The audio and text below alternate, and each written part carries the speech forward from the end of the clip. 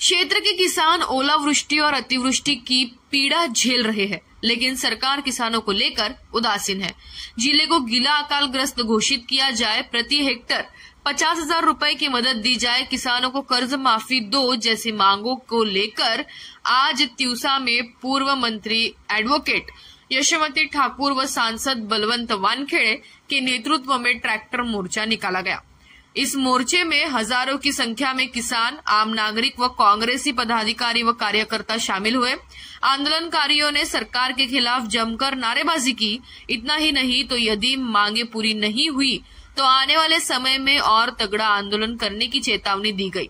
सवेरे 11 बजे Tiwasa petrol pump परिसर से यह आंदोलन शुरू हुआ। एडवोकेट यशोमती बलवंत वानखेड़े ट्रैक्टर पर चढ़कर नारे लगाए व किसानों की समस्याओं को लेकर सरकार की गलत नीतियों पर रोष व्यक्त किया। आंदोलन के दौरान किसानों ने संतरे सड़क पर बिछाकर अपनी वेदना बताई। संतरा उत्पादकों को सरकार तुरंत मदद दे, सोयाबीन के नुकसान भरपाई देने जैसी अन्य मांगे भी की गई है। क्षेत्र के किसान ओलावृष्टि और अतिवृष्टि की पीड़ा झेल रहे हैं, लेकिन सरकार किसानों को लेकर उदासीन है। जिले को गीला अकालग्रस्त घोषित किया जाए, प्रति हेक्टर 50,000 रुपए की मदद दी जाए, किसानों को कर्ज माफी दो जैसी मांगों को लेकर आज तिवसा में पूर्व मंत्री एडवोकेट यशोमती ठाकुर व सांसद बलवंत वानखेड़े के नेतृत्व में ट्रैक्टर मोर्चा निकाला गया। इस मोर्चे में हजारों की संख्या में किसान, आम नागरिक व कांग्रेसी पदाधिकारी व कार्यकर्ता शामिल हुए। आंदोलनकारियों ने सरकार के खिलाफ जमकर नारेबाजी की। इतना ही नहीं तो यदि मांगे पूरी नहीं हुई तो आने वाले समय में और तगड़ा आंदोलन करने की चेतावनी दी गई।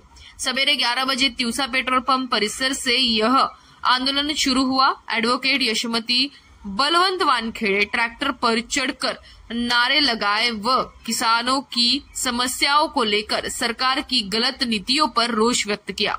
आंदोलन के दौरान किसानों ने संतरे सड़क पर बिछाकर अपनी वेदना बताई। संतरा उत्पादकों को सरकार तुरंत मदद दे, सोयाबीन के नुकसान भरपाई देने जैसी अन्य मांगे भी की गई है।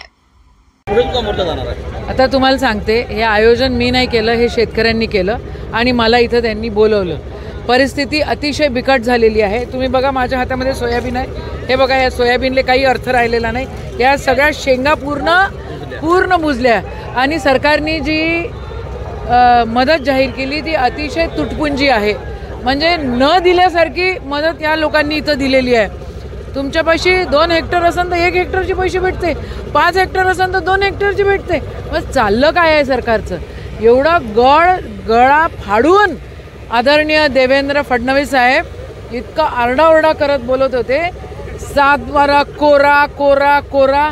आता तर काय भानगड सुरू आहे त्यांची समजतच नाही। एकीकडे संस्कृतीबद्दल बोलतात, दुसरीकडे त्यांच्याच घरातून संस्कृतीचं उल्लंघन होतं, चौथीकडे शेतकऱ्याचं 7/12 कोरा करतो म्हणतात आणि इथं शेतकऱ्यावर अन्याय करतात आणि त्याला पोरकं करून ठेवलेलं आहे। अतिशय बिकट परिस्थिती महाराष्ट्रातली आहे, खास करून विदर्भ आणि मराठवाड्याची आहे। इथं सरकारने लक्ष देण्याची गरज आहे। आमची मागणी आहे की तुम्ही आमचा तालुकाच नव्हे तर पूर्ण विदर्भ मराठवाडा या महाराष्ट्रामध्ये ओला दुष्काळ जाहीर करून ठोस मदत द्या। उगाच इलेक्शन आलं म्हणून तातूर पुन्हा करू नका।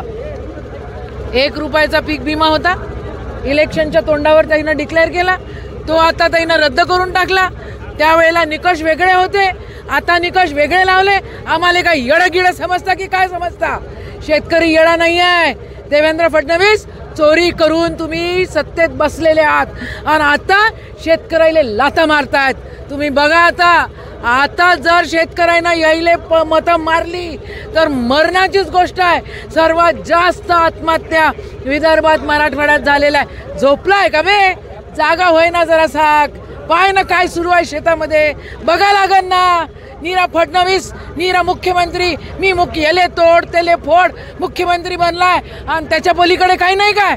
तोडफोड जमते, चोऱ्या जमते, आमच्या पाठीत खंजीर खुपसता जमते। शेतकऱ्याला मदत द्या, दाम असन तर मदत द्या, नाही तर खुर्ची खाली करा। शेतकऱ्याची कर्जमाफी